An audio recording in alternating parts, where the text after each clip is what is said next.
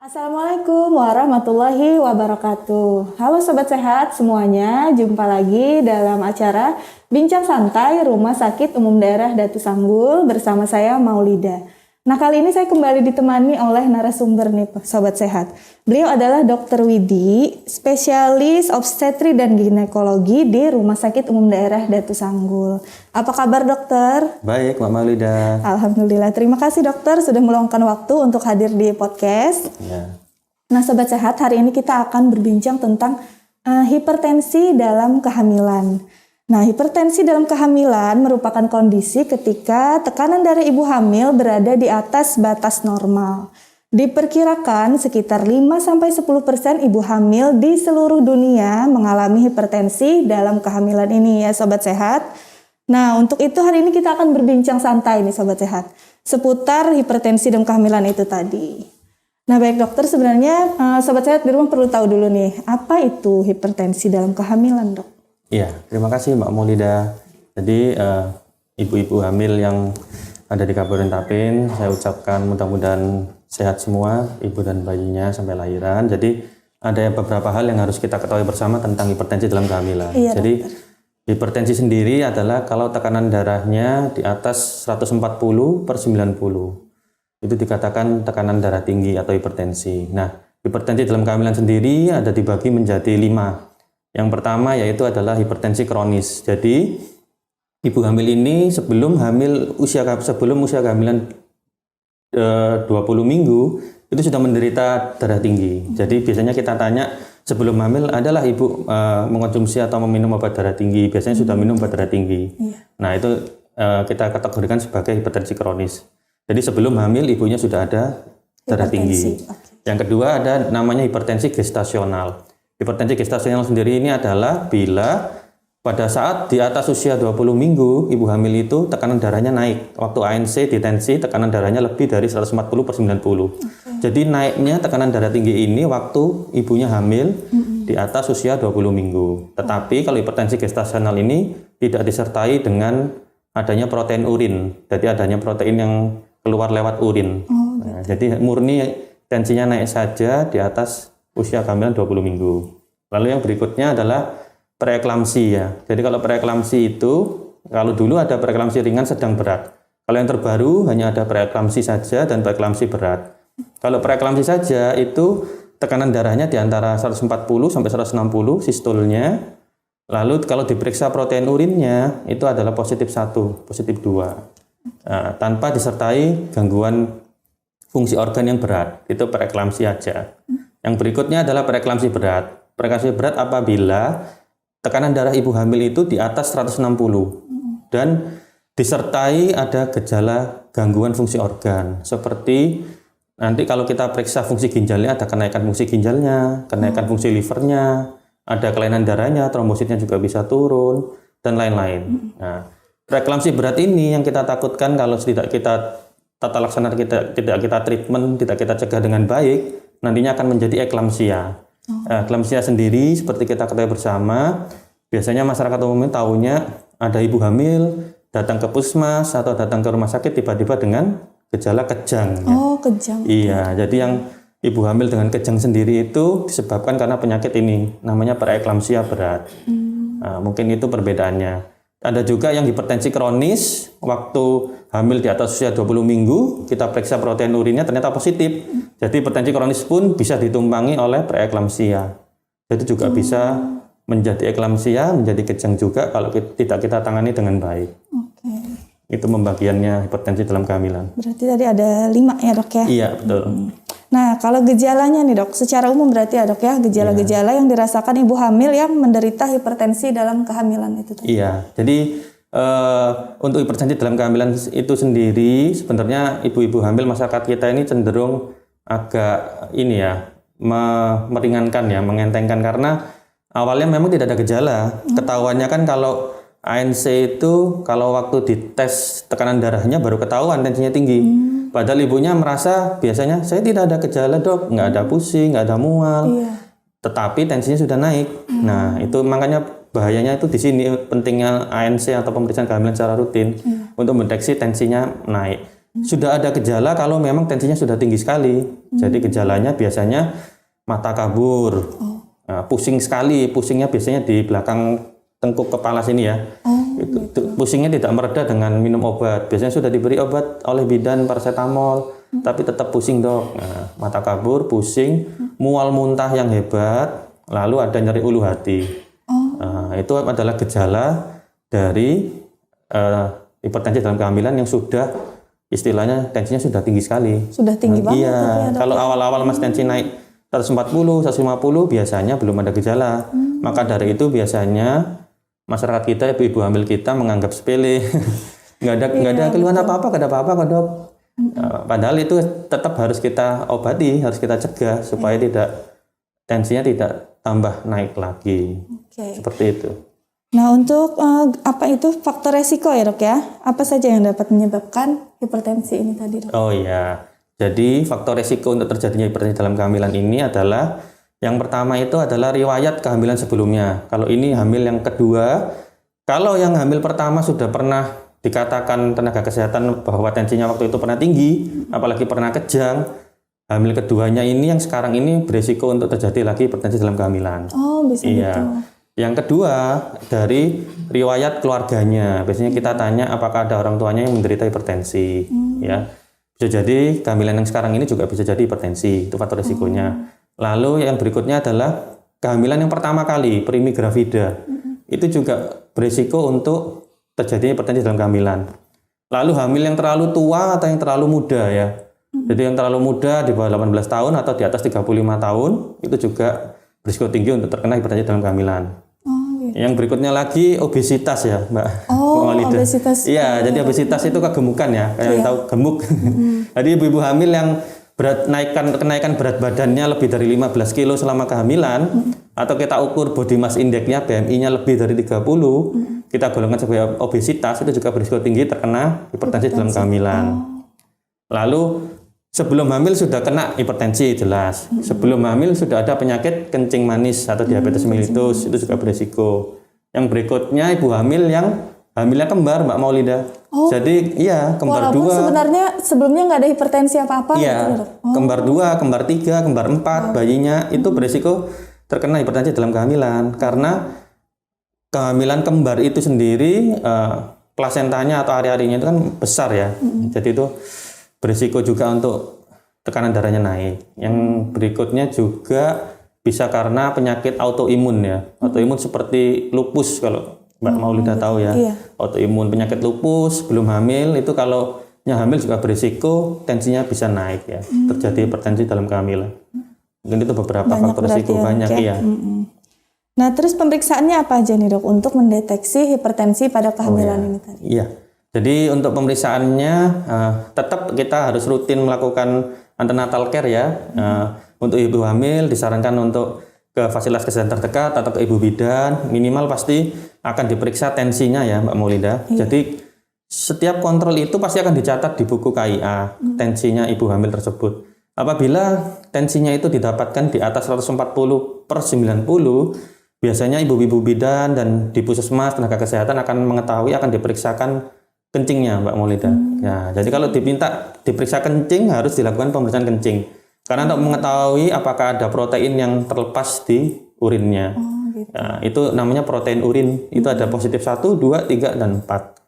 Bila tensinya di atas 140 dan sudah didapatkan protein urin yang positif, entah itu positif 1, 2, 3, atau 4, sudah kita pastikan itu menderita hipertensi dalam kehamilan.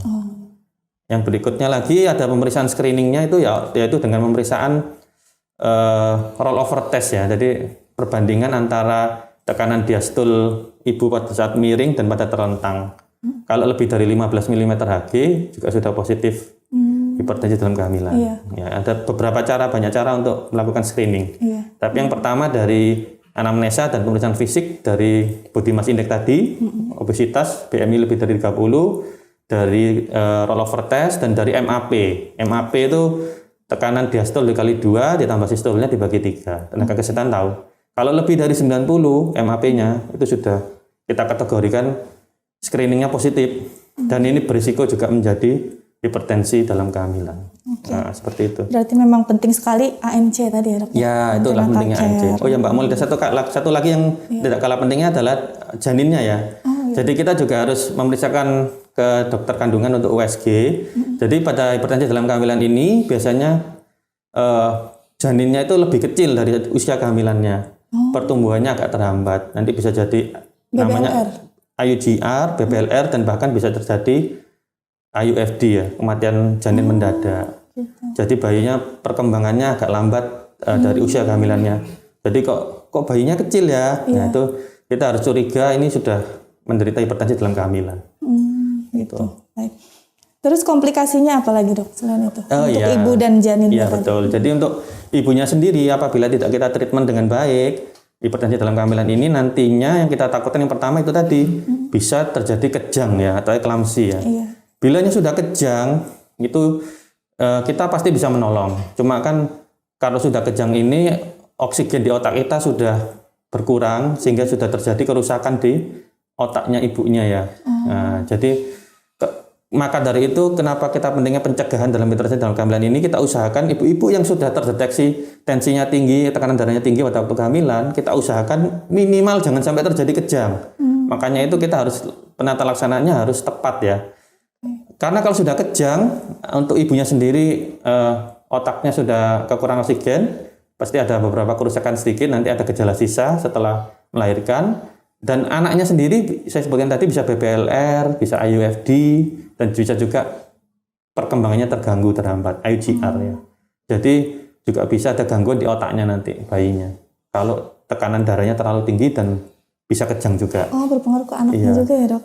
Nah kejangnya ini sebenarnya bisa terjadinya tuh di usia kehamilan yang sudah besar banget atau kapan saja bisa terjadi dok kejangnya ini? Kapan saja bisa terjadi, tapi paling banyak memang di trimester ketiga ya. Jadi peningkatan tekanan darah yang secara signifikan itu terjadi di atas trimester ketiga. Jadi apabila kita sebenarnya bisa dicegah dari awal. Jadi saya bilang sudah kita lakukan screening, biasanya kita kasih pengobatannya aspilet. Aspilet pengencer darah 80 mg 1 kali sehari, diminum paling baik usia kehamilan startnya 12 minggu setelah terdeteksi sampai 1 bulan menjelang taksiran persalinan kelahiran kita stop obatnya. Itu evidence base-nya dari penelitian mencegah sekali supaya tidak terjadi preeklamsi. Dan juga tidak kalah penting juga kita beri kalsium ya Mbak Maulida. 1 gram per hari. Kalsium juga baik untuk mengurangi tekanan darah tinggi pada ibu hamil. Oh gitu. Nah ini terus kalau misalnya ibu hamilnya sudah preeklamsi ini dok. Iya. Nanti setelah melahirkan itu masih ada nggak hipertensinya? Oh iya. Atau setelah melahirkan langsung sembuh gitu, sudah normal kembali tekanan darahnya? Iya. Jadi sebetulnya seperti yang saya jelaskan di awal tadi, kalau preeklamsia murni itu seharusnya setelah ibu itu melahirkan 12 minggu atau 3 bulan setelah melahirkan harusnya tensinya kembali normal sendiri. Jadi kembali normal sendiri karena preeklamsia sendiri penyebabnya tidak lain dan tidak bukan adalah bayinya itu sendiri. Jadi kalau kehamilannya diakhiri, bayinya dilahirkan, biasanya akan kembali normal seperti semula. Jadi memang darahnya naik karena ibunya itu hamil. Tetapi apabila setelah 3 bulan atau setelah 12 minggu setelah melahirkan, tekanan darahnya tetap tinggi, nah ibu ini bisa menderita hipertensi kronis. Jadi nah itu salah satu komplikasinya, ibunya sendiri nantinya bisa menderita hipertensi. Jadi nanti ya seperti penyakit hipertensi pada umumnya kalau nggak ditreatment dengan baik. Gitu. Oke, baik. Nah terus untuk janinnya nih dok, pengaruh jangka panjangnya tadi ada nggak? Maksudnya kalau misalnya di dalam kandungan ibunya kan ibunya sudah hipertensi, apakah nanti ke depannya anaknya juga akan hipertensi dok? Iya. Terima kasih Mbak Maulida, ini pertanyaan yang bagus. Jadi dari penelitian terbaru dari luar negeri, evidence base-nya, jadi untuk anaknya sendiri, bayi yang pada waktu di kandungan ibunya menderita hipertensi dalam kehamilan, apalagi kalau janinnya ini cewek Mbak Maulida ya, kalau janinnya perempuan, nantinya kalau janin ini sudah besar, juga berisiko bisa seperti ibunya menderita hipertensi dalam kehamilan. Khusus untuk bayi yang perempuan ya. Oh yang perempuan ya? Iya betul. Dan untuk long term efeknya tadi juga saya sebutkan kalau sudah hipertensi dalam kehamilan, apalagi waktu kehamilan itu memang berat badannya kurang ya. Pasti kalau hipertensi itu suplainya kurang, akhirnya berat badannya kurang, terjadi berat badan lahir rendah, terjadi IUGR. IUGR itu sebenarnya secara berat badan sesuai dengan usia kehamilan, cuma perkembangannya terganggu nantinya. Oh, lebih ke Iya, perkembangannya, jadi dari fungsi motoriknya, otaknya, dan sensorik itu ke depannya pasti nanti ada gangguan. Karena waktu kehamilan dia hipertensi itu kan pembuluh darahnya mengecil ya, untuk suplainya ke sana kurang, jadi nutrisinya dan oksigenasinya ke bayi kurang, sehingga perkembangan organ-organnya terutama otaknya juga akan berkurang. Nah, jadi resiko jangka panjangnya pada bayinya selain bisa kalau yang perempuan tadi juga bisa menderita hipertensi dalam kehamilan, juga bisa ada gangguan dari otaknya ya, perkembangan motorik dan sensoriknya. Oke. Nah, ini kita kembali ke cara menghindarinya nih dok. Apa saja sih dok makanan yang dihindari agar ibu hamil ini tidak mengalami hipertensi? Iya, terima kasih. Jadi seperti kita ketahui kalau kita di Banua ini kan pola hidupnya berbeda ya. Jadi terutama untuk makanannya. Jadi kalau di sini kan kebanyakan sayurannya yang besantan, lalu yang terlalu asin, ikan pengawet itu memang betul. enak ya ini. Khasnya di sini ya, ketupat itu. Nah, itu adalah makanan yang menyebabkan tinggi natrium sehingga menyebabkan bisa naik tensinya. Jadi harus dihindari makanan besantan, makanan yang asin-asin, yang fast food ya, termasuk juga cepat saji, itu harus kita hindari supaya tidak terjadi tekanan darah tinggi. Oke. Yang penting yang asin-asin. Terus kita pernah dengar juga nih dok, kan timun itu bagus ya untuk menurunkan tekanan darah. Nah, bagus nggak untuk dikonsumsi ibu hamil yang mengalami hipertensi ini tadi juga dok? Oh ya, bagus. Jadi pada umumnya sama seperti pada penderita hipertensi ya. Kalau untuk pencegahannya dari makanan yang bagus ya banyak makan buah dan sayur. Buah nggak harus timun aja berarti. Ya, semua buah sayur, terutama kalau yang memang dari beberapa riset atau penelitian yang signifikan itu timun, belimbing itu banyak membantu untuk menurunkan darah tinggi. Kalau air kelapa? Ya? Air kelapa gimana dok? Kalau air kelapa sih kalau asalkan dalam jumlah yang nggak terlalu banyak nggak apa-apa ya. Tapi kalau terlalu banyak malah bisa membuat ini badan kita lemas ya. Kalau terlalu banyak. Kenapa tuh dok? Bisa gitu? Ya karena terlalu banyak elektrolitnya ya. Jadi kalau jenuh malah kita ibu hamilnya lemes ya. Jadi kalau nggak dalam jumlah tertentu nggak apa-apa sih. Terus saya pernah baca juga nih dok, susu steril. Iya. Itu benar nggak dok bisa menurunkan tekanan darah juga? Oh ya, mungkin ada beberapa, saya nggak menyebut merek produk ya. Susu yang sebenarnya semua jenis susu bagus Mbak Maulida. Seperti saya sebutkan dari awal tadi kan pencegahannya kita memberikan pengencer darah aspilet dan kalsium. Jadi susu kan mengandung kalsium. Jadi pada dasarnya ada kalsiumnya itu betul. tadi. Prinsipnya apapun susunya yang mengandung kalsium bagus untuk ibu hamil ya. Jadi juga membantu untuk menurunkan tekanan darah tingginya. Ya, satu lagi yang terbaru Mbak Maulida itu adalah vitamin D ya Mbak Maulida. Jadi vitamin D ini sangat penting juga membantu untuk penyerapan kalsium dan juga membantu daya tahan tubuh dan menurunkan tekanan darah tinggi yang terbaru. Sebenarnya vitamin D itu gratis ya. Seperti yang Mbak Maulida sendiri apa? Sinar matahari. Iya, sinar matahari. Cukup berjemur aja ibu-ibu hamil setengah jam waktu pagi hari, waktu baru muncul itu sekitar jam 7 sampai jam 8, setengah jam aja asal rutin setengah jam sehari minimal seminggu 3 kali. Kalau bisa tiap hari bagus lagi itu. Jadi selain jalan jangan lari ya, jalan pagi aja sambil mengajak suaminya atau asal kena matahari sangat sehat itu. Untuk jantung, untuk jalannya banyak manfaatnya. Betul, melemaskan jalan lahirnya juga, ya otot-ototnya, dan juga vitamin D-nya sangat penting juga untuk mencegah hipertensi dalam kehamilan sendiri. Bagus sekali ya dok. Iya. Nah yang terakhir ini dok, bagaimana penanganannya dok untuk pasien yang sudah mengalami hipertensi dalam kehamilan tadi? Iya. Jadi kalau sudah terdiagnosa hipertensi dalam kehamilan, jadi peran layanan primer seperti teman-teman bidan, puskesmas, dokter umum di perifer, itu adalah untuk perannya sebagai screening ya, screening untuk mendeteksi adanya tekanan darah yang naik pada ibu hamil. Jika sudah didapatkan positif, diperiksa protein urinnya positif, nah kalau bisa untuk penata laksana dirujuk ke rumah sakit, ya, karena nanti di rumah sakit akan kita pantau bayinya, kita pantau dari USG, dan ibunya kita pantau juga tekanan darahnya. Karena penata laksananya sendiri ini, kalau untuk hipertensi dalam kehamilan, kemungkinan besar bayinya akan kita lahirkan agak maju, tidak sesuai dengan takaran persalinannya. Oh gitu. Iya, karena kenapa dok? Karena dari beberapa penelitian juga, kalau preeklamsia berat, ibunya sudah tensinya di atas 160, apalagi ada gangguan organ, kita periksa fungsi livernya, fungsi ginjalnya sudah naik semua. Mau tidak mau bayinya harus kita keluarkan pada usia kehamilan 34 minggu. Oh, harusnya normalnya berapa? Harusnya kan kalau cukup bulan 39-40 minggu. Oh, gitu. Karena kalau tidak kita keluarkan, nantinya akan menjadi eklamsia, bisa kejang. Khusus untuk preeklamsia berat. Ya, iya. Kenapa 34 minggu? Karena kita harapkan di usia 34 minggu itu biasanya berat badan janinnya sudah 2 kilo, 2000 gram. Sudah cukup. Iya, jadi sudah cukup untuk hidup di luar. Iya. Tapi tentunya sebelumnya kita kasih obat untuk pematangan parunya juga, kita injeksi. Gitu. Kalau untuk itu tadi preeklamsia berat ya Mbak Maulida. Kalau untuk preeklamsia yang biasa, yang tidak ada berat dan hipertensi gestasional, hipertensi kronis, biasanya kita lahirkan bayinya bisa agak mundur, tapi tetap maju 37 atau 38 minggu. Oh, tetap maju. Iya, karena kan nggak terlalu berat seperti preeklamsi berat. Jadi preeklamsi biasa, hipertensi gestasional, hipertensi kronis itu 37 atau 38 minggu harus kita lahirkan. Berarti kemungkinan besar SC ya, Dok? Untuk hipertensi dalam kehamilan tidak harus SC. Oh, tidak harus. Tapi kita rangsang, kita kasih induksi. Oh, iya. Tetapi apabila dalam perjalanannya memang ada sesuatu hal yang membuat kita harus operasi, ya kita operasi. Tapi pada prinsipnya tetap masih tidak apa-apa karena untuk penanganannya kita khusus ada anti kejangnya, injeksi MBGSO 4, dan kita kasih obat anti hipertensi. Makanya kenapa harus kita rawat di rumah sakit? Karena dalam perjalanannya kita kasih obat-obatan yang khusus untuk preeklamsia. Kalau bisa lahir normal, kita usahakan lahir normal. Harus sangat diawasi ya, Dok? Ya, intinya itu diawasi, awasi ketat ya di rumah sakit.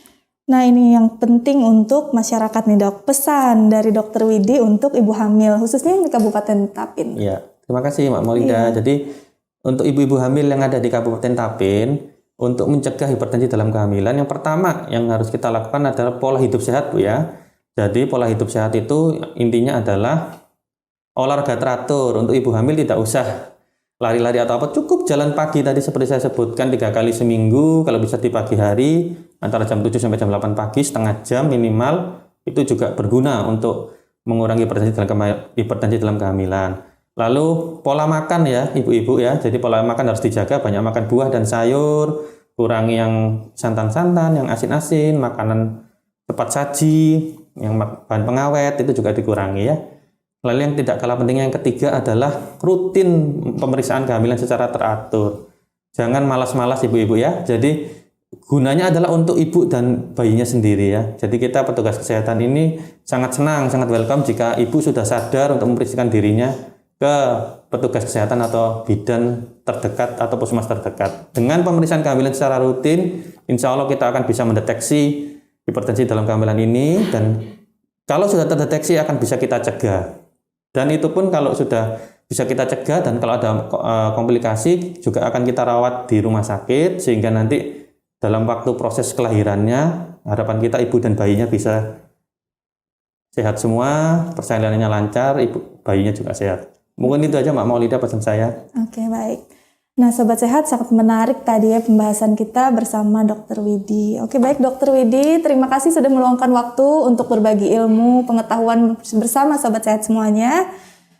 Baik Sobat Sehat, kembali saya ingatkan untuk jangan lupa memberikan subscribe, like, dan komen di channel YouTube Rumah Sakit Umum Daerah Datu Sanggul. Nah, saya Maulida, pamit undur diri. Wassalamualaikum warahmatullahi wabarakatuh. Waalaikumsalam warahmatullahi wabarakatuh. You're the only one on my mind lately. A gift from above, oh how you complete me. Up early morning, you come and you wake me. We sit as the sun lights our face. I look into your eyes as you look to me. Now here we are, soon parents to be. Can't hold back my tears, can't hold back my smile. I feel so close to you.